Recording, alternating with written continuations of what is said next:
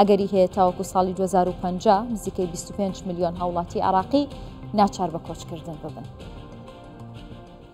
لەگەڵ میوانەکەم گفتوگۆ دەکەم لەبارەی ئەو چەکە بێمۆڵەتانەی کە لە عێراقن و حکوومەت ناتوانێت وەریان بگرێتەوە. بەڕێز مخەلت حازم شارەزای ئەمنی ڕاستەوخۆ لە بەغزاوە لەگەڵمە. بەڕێز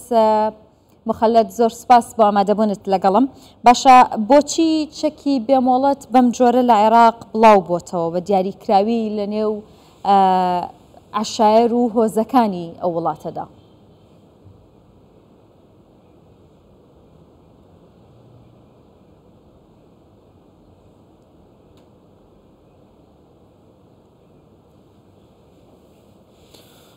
مساء الخير. لە ئێوارەی ئێوە و بینەرانی کوردستان 24 باش بێت. زۆر سوپاس بۆ ئێوە. ڕاستیەکەی دۆسیەی چەکی بێمۆڵەت یەکێکە لە دۆسیە ئاڵۆزەکان، دۆسیەکە کە حکوومەتی عراقی ماوەیەکی زۆرە دەیەوێت ڕوبەڕووی ببێتەوە. ئەم چەکە کە وای لێ هاتووە بەهۆی ئەوەیە کە ماوەی زیاتر لە 20 ساڵە بەسەر یەکەوە کەڵەکە بووە، بەشی هەرە زۆری ئەم چەکانە لە سەربازگەکانەوە دزراون، ئەوانەی بە تایبەتی پێشتر لە دوای ڕوخانی ڕژێم لە دەسوپای عراقی بوون بەشێکیان و هەروها لە دوای هاتنی داعش و دزینی بەشێک لەو چەکانە نامان کاردا هەندێک لایەن هەن کار لەسەر بە قاچاغبەرنی چەک دەکەن لە دەرەوەی عێراقەوە بۆ نێو عێراق. بۆیە کاتێک باسی قەبارە و ژمارەی ئەو چەکەوە زۆری چەکەکە دەکەین، ئێمە باسی هەزاران چەک دەکەین، هەزاران زۆر تێیدا کە چەکی مامناواندا، چەکی قورسە و چەکی سوکیشی تێدایە. بەشێکی بەدەست عەشیرەت و خێڵەکانە و زۆر جاریش ئەم چەکە لە بەرامبەر خودی دەوڵەت بەکاردەهێنرێت و ڕوبەڕبوونەوەی دەوڵەت بەکار. باشە بەڕێز حازمیانی چەکی سوک ڕێی تێدەچێت، بەڵام چەکدارەکانی عێراق یاخودەوانی کە چەکیان هەیە، چەکی مامناوەند و قورسیان هەیە، باشە دۆشکیان بۆ چییە؟ هاوێنیان بۆ چییە؟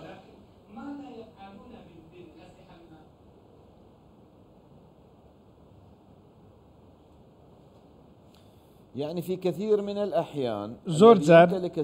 ئەوەی کە چەکی مامناوەند و قورسی هەیە وا دەزانێت یاخود وای دادەنێت ئەم چەکە بەشێکە لە هێزی عەشیرەت، بەشێکە لە هێز و کەسایەتی عەشیرەت لە بەرامبەر عەشیرەتی دیکە، واتە لە ڕوبەڕووبوونەوەی نێوان عەشیرەتەکان لە ناوچەکانی ناوەڕاست و باشووری عێراق. ئەم دیاردەیەکی باوە و هەندێک عەشیرەتیشان کە لە عەشیرەتە سەرەکیەکان بوونەتەوە و ناو چەندلایەنێکی دەسەڵات بەدەست با بڵێن پشتگیریان دەکەن و ئەوان لاف و گەزاف بە زۆری چەکی خۆیانەوە لێ دەدەن. من گەیشتومەتە ڕادەی دڵنیایی ئەوەی کە زۆربەی کێشە عەشایریەکان ئەوەی لە نێوان خێڵە جێجەکان ڕوودەدەن هۆکارەکانی بەهۆی کێشەی دارایی و ئابووریەوەیە، جایان خود ئەوەیە لەسەر پارچەیەک زەویە ڕووبەرە زەویەکی دیاریکراوە، یاخود بابەتەکە پەیوەندی بە لایەنی ئابووریەوە هەیە لە نێو عەشیرەتەکان، وەکو ئەوانەیە کە دەگوترێت بەهۆی ململانی نێوان دوو کەسە یاخود نێوان دوو عەشیرەتە. هەرچەندە ئەم جۆرە تۆڵەکردنەوە و دوژمنداریانە لە نێوان عەشیرەتەکاندا هەیە، بەڵام دوژمنداریەکان لە قۆناغێکی دیکە دێن دوای ئەوەی ململانەکان لە نێوان عەشیرەتەکان دەست پێ دەکەن لەسەر شتێکی سەرەکی کە ئەوی شتێکی دارایی و ئابووریە. لەو کاتەدا خەڵکێک دەکوژرێ، کاتێک خەڵکیش دەکوژرێ و دەبنە قوربانی، دوژمنداری دروست دەبێت، تۆڵەکردنەوە دروست دەبێت لە نێوان عەشیرەتەکاندا. بۆیە بابەتی ئەوەی کە چەک بێتەوە دەستی دەوڵەت پێویستی بە ماوەیەکی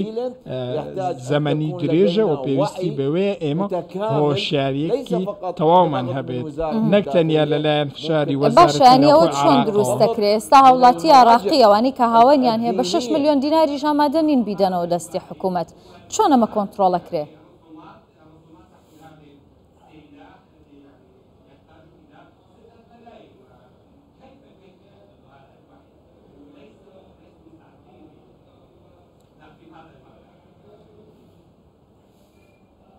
يعني أنا قلت نحتاج من وەکو ئاماژەم پێکرد ئێمە پێویستمان بە باوەیەکی زۆرە بەر لە هەموو شتێک کەمە کارێکنی باسانی سەرسەر بکرێت و دەبێت ئەوەشمان لە بەرچاو بێت خەڵکێکی زۆر لە ناوچەکانی باشوور و ناوەڕاستی عێراق با بڵێن باگراوندێکی ئاینیان هەیە دەکرێت لە ڕێگەی فشاری دینی و لە ڕێگەی کەسایەتی ئاینی و مەرجع ئاینیەکانەوە فتوایەک دەربکرێت بۆ ئەوەی ڕێگە بە بەکارهێنانی چەک نەدرێت یاخۆ فتوایەک بدرێت بۆەوەی کە چەک ڕادستی حکوومەت بکرێتەوە و حکوومەتی عێراق لە ڕێگەی وەزارەتی ناوخۆوە فشار بکات و سزای تون دەربکەن بۆ ئەو کەسانەی کە چەکی بێمۆڵەتیان هەیە و لە دەرەوەی دەسەڵاتی دەوڵەت بەکاری دەهێنێت بەڵام لە هەمان کاتدا دەبێت ئەوەش بزانین کە زۆرێک لە گروپە چەکدارەکان چەکیان بەدەستە ئەمانەش وەکو ئەمان لە دەرەوەی دەسەڵاتی دەوڵەتدان بەڵام دەبینین کە چۆن پارێزبەندیکی زۆریان هەیە لەلایەن هەندێک لایەنی ئەمنیەوە و ئەمان دەپارێزرێن بۆیە من پێم وایە ئەو سەختەیەکە لە بەردەم وەزارەتی ناوخۆ و دەوڵەتدایە بە دیاریکراوی ئەو چەکەیە کە لە دەست گروپە چەکدار و میلیشیاکانە کە دەپارێزرێن وەکو گوتم ئەمە سەختە بۆ کۆکردنەوە و ژماردن چونکە ئەم بابەتە پێویستی بە ئیرادەیەکی بەهێزە وەکو کۆمەلگا و ئیرادەیەکی سیاسی و هەروەها ئیرادەیەکی ئاینی هەبێت بۆ ئەوەی ئەم بابەتە چارەسەر بکرێت ئەم بابەتە تاکو ئێستا بەو شێوەیە ئازگار نەبووە بۆ ئەوەی کاری لەسەر بکرێت و هەنگاوەکانی وەزارەتی ناوخۆش لە خوارەوە دەستی پێکردووە کە لە وەکو بنکی هەڕەمەکە وایە بۆ ئەوەی سەرەتا چەکی سوک کۆنتڕۆڵ بکەن کە لە دەست خەڵکیە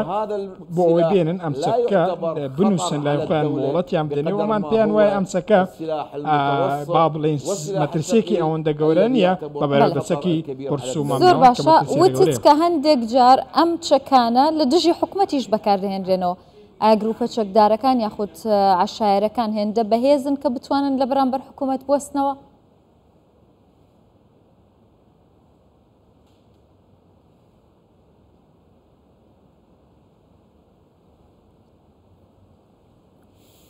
عندما تكون هذه العشائر کاتێک ئەم عەشیرەتانە یاخود گروپە چەکدارەکان لە چوارچێوەی دەرەوەی یاسا کار دەکەن و چەند لایەنێکیشان پشتگیری ئەم عەشیرەتانە دەکەن و کاتێک دەوڵەت دەیەوێت دەسوەردان بکات و ئەم بابەتە کۆتایی پێبێنێت ڕوبەڕووبوونەوە دروست دەبێت. ئێمە پێشتر حاڵەت و نمونەی هاوشێوەمان گەلێک زۆر هەبووە کاتێک هێزە هەوڵەکان بە نمونە هەوڵیاندا لە ناوچەی عیمارە بۆ کۆنتڕۆڵکردنی کێشەیەکی عەشایەری بچنە ژوورە و کۆنتڕۆلی بکەن عەمیدێک بریندار کرا و 2000 کۆچی دوایی کرد. بە هەمان شێوەش ژمارەیەک لە ئەندامانی پۆلیس و وەزارەتی ناوخۆ ئەو هێزانەی کە چووبوون بۆ ئەوەی ڕێگری لەم ململانی عەشایەریانە بکەن بریندار بوون و تەقەیان لێکراوە. بۆیە دیدگایەکەیە لە نێوان ئەم عەشیرەتانە کە دەیانەوێت هەمیشە خۆیان بسەپێنن بوونی خۆیان بسەلمێنن بۆ کۆمەڵێک هەژماری نەک تەنیا بڵێن پەیوەندی بە خودی چەکەوە هەبێت بەڵکو بۆ شتی دوورتر وەکو ئەوەی کە ئەم عەشیرەتانە لەلایەن هەندێک لایەنەوە بەکار بهێنرێن بۆ بابەتی دیکە بۆ نمونە بۆ کۆنتڕۆڵکردنی ناوچەیەکی دیاریکراو بۆ کێشەی تایفی و گەلێک زاریش بینیمانە کێشە لە نێوان عەشیرەتەکان هەبووە لەسەر ناوچەیەک کە بۆڕی نەوتی لێوە شتی زۆر ئاشکراوە کراوە کە چۆن ئەو ناوچەیە بۆڕی نەوتی لێ بۆڕێنەوتەکان خون کراون و نەوتی لێ دزراوە لەو ناوچانەی کە عەشیرەتەکان کۆنتڕۆلیان کردو بە یارمەتی هەندێک هێزی ئەمنی. تەواوی ئەم بابەتانە پێویستیان بەوەیە کە پرۆسەیەکی استراتیژی ورد هەبێت لەلایەن وەزارەتی ناوخۆی عێراقەوە بۆ ئەوەی ڕێگریەکی تەواو بکرێت لەم زۆرە حاڵەتانە و منیش وەکو گوتم پێویستمان بە ماوەیەکی درێژە و پێویستمان بە هۆشارکردنەوەی کۆمەلگەیە لە هەمووشی گرنگتر. باشە بەڕێز حازم ئەمە چۆن دەکرێت ینی ئەوەی کە حکوومەت لە سەرەتای ئەمساڵ بۆ کۆکردنەوەی چەکی بێمۆڵەت ڕایگەیاند سەرکەوتوونە بوو ئێستا پارەی زیاتر دەدا هەوڵاتیان هەر چەکی خۆیان تەسلیم ناکەن ینی حکوومەت دەبێت چ ڕێکارێک بگرێتە بەر بەوەی کە بتوانێت و چەکانە کۆکاتەوە.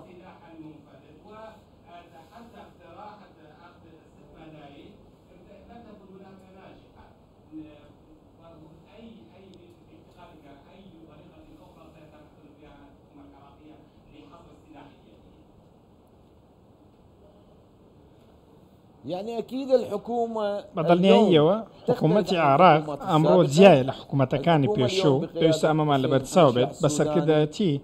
سرق وزيران العراق محمد شاه السوداني حاولك تزديه بوي كوتاي بمدوسي بهندرت أو أمي كردو بيكك لخالة سركة كاني كارنامي حكومة كيت سمك أمسكا سكيكي مترسيدارة بوستر آسايشي قومالياتي وآسايشي هولاتيان أو بالي كخرس كرا ولا بردم أو تسكدا قالك زاران سكيك هيك سكيكي ممنوان دا رنج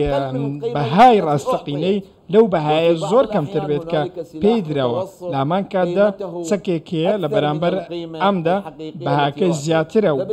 لو بهاي كحكومة بوداري كرا بويا ليردا بيع وشراء كرينو فروشتن دروز دبيت ودبيت زورك لما ملا وهاولاتي دسيت براوردي او دكات امن الخب جنزاو ياخد جنزاو نية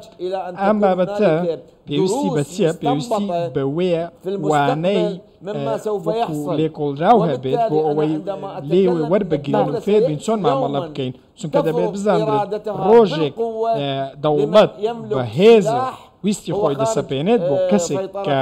سكي لدزدا وتكاكش لدروي دصلاتي دولت دا وكبوتش بأمسك بوهوي كالا كبوني ما ويد الصالي رابرجو دروز بوا بلام دكريت ايما بروجك بقين كاتك دولت كنترولي تواوي خوي دسبينات وهولاتي هزدكات كبراستي دولت بارزاري تنك عشيرتو خير او كاتا دكريت دولت كنترولي بكات وخوي بسبينات بسر او كساني كتسكيان